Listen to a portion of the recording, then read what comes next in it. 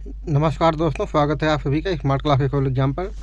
दोस्तों, हम लोग अभी Uttar Pradesh PCS, MP PCS, Rajasthan PCS आदि के एग्जाम में मुख्य परीक्षा में पूछे जाने वाले प्रश्नों का डिस्कशन कर रहे हैं। तो आज का हमारा टॉपिक है कृषक आंदोलन, जो कि मेंस के एग्जाम के पेपर फर्स्ट में आता है। तो आइए शुरू करते हैं इसको। ब्रिटिश शासनकाल ने भारतीय किसानों पर सर्वाधिक कहर ढाया और ये पेपर प्री के एग्जाम के पॉइंट ऑफ व्यू से भी बहुत ही महत्वपूर्ण टॉपिक है। तो शुरू करते हैं। ब्रिटिश शासन ने भारतीय किसानों पर सर्वाधिक कहर ढाया। जमींदारों ने भी किसानों पर अत्यधिक अत्याचार किया, उनके बेकार दिया जाने लगा और मनमाने ढंग से अवैध लगान वसूल का दुष्चक्र चल पड़ा। उपरोक्त कारणों से किसान आंदोलनों का विस्फोट समय समय पर अलग अलग स्थानों पर दीर्घकालिक असंतोष एवं तात्कालिक कारणों से होता रहा।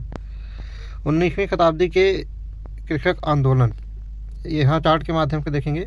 सबसे पहले नील विद्रोह था 1859 की 60 ईस्वी में। इसके नेता दिगंबर विश्वास और विष्णु विश्वास थे।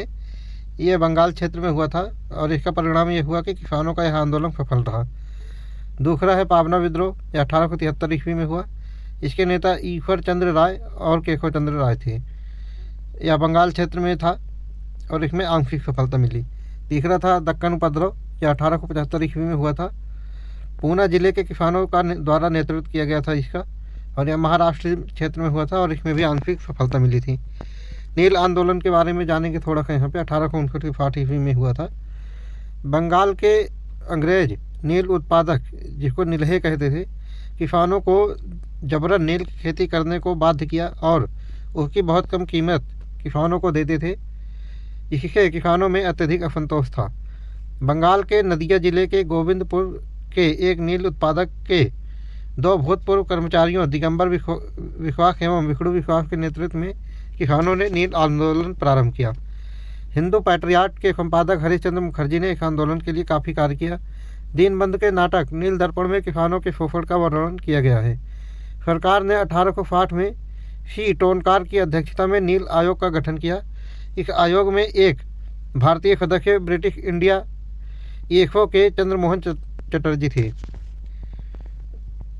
ब्रिटिश इंडिया एसोसिएशन के चंद्रमोहन चटर्जी थे। 20वीं शताब्दी के किसान आंदोलन। सबसे पहले है संयुक्त प्रांत किसान आंदोलन, यह 1918 में हुआ। इसके नेता गौरी शंकर मिश्र, इंद्र नारायण द्विवेदी और मदन मोहन मालवीय थे। इस आंदोलन का क्षेत्र अवध एवं आगरा था और इसमें आंशिक सफलता मिली। अवध किसान सभा आंदोलन था, 1920 ईस्वी में हुआ। इसके नेता बाबा रामचंद्र थे। यह अवध क्षेत्र में हुआ था। इस आंदोलन का दमन कर दिया गया था। ये जो बाबा रामचंद्र थे, ये फिजी में गए थे, वहाँ पे गिरमिटिया मजदूर बन के गए थे। वहाँ के आने के बाद इन्होंने आंदोलन को किया था। एका आंदोलन है, इसका कार्यकाल, एका आंदोलन का काल 1921 से 22 ईस्वी था।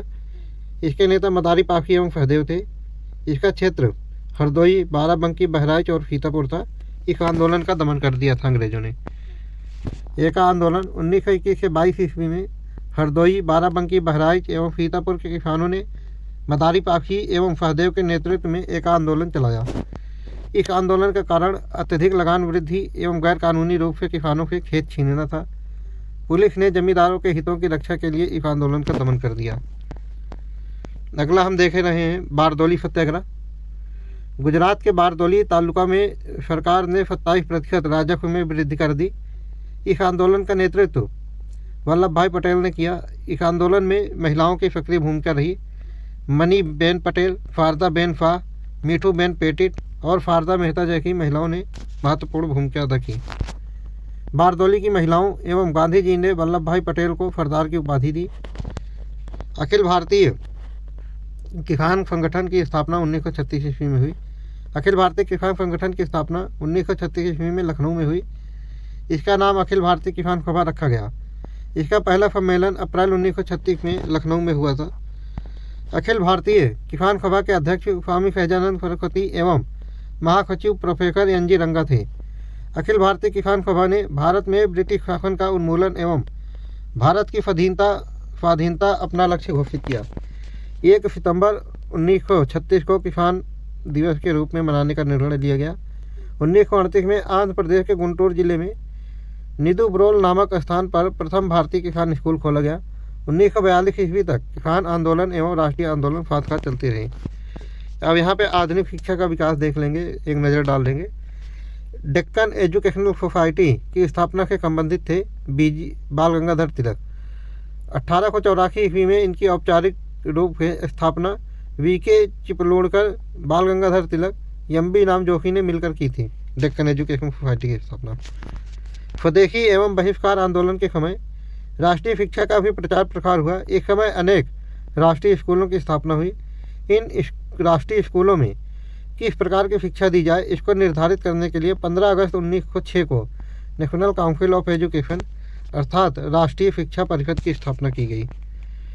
सर विलियम जोन्स ने 1789 ईस्वी में कालिदास के प्रसिद्ध नाटक अभिज्ञान शाकुंतलम का अंग्रेजी भाषा में अनुवाद किया। ये बहुत प्रश्न पूछा जाता है, अभिज्ञान शाकुंतलम का अंग्रेजी में अनुवाद किसने किया? तो विलियम जोन्स ने किया था। कब किया था? तो 1789 में। Sir William Jones Calcutta high court के जज के रूप में भारत आए थे। 1784 ईस्वी में इन्होंने कलकत्ता में रॉयल एशियाटिक सोसाइटी की स्थापना की। 1854 के 4 फुट के डिस्पैच को आधार बनाकर लॉर्ड कैनिंग के समय में लंदन विश्वविद्यालय के तर्ज पर 1857 में 3 विश्वविद्यालय भारत में स्थापित किए गए। ये 3 विश्वविद्यालय थे कलकत्ता विश्वविद्यालय, मद्रास विश्वविद्यालय और बम्बई विश्वविद्यालय। तो दोस्तों आज का डिस्कशन हम यहीं पे समाप्त करेंगे।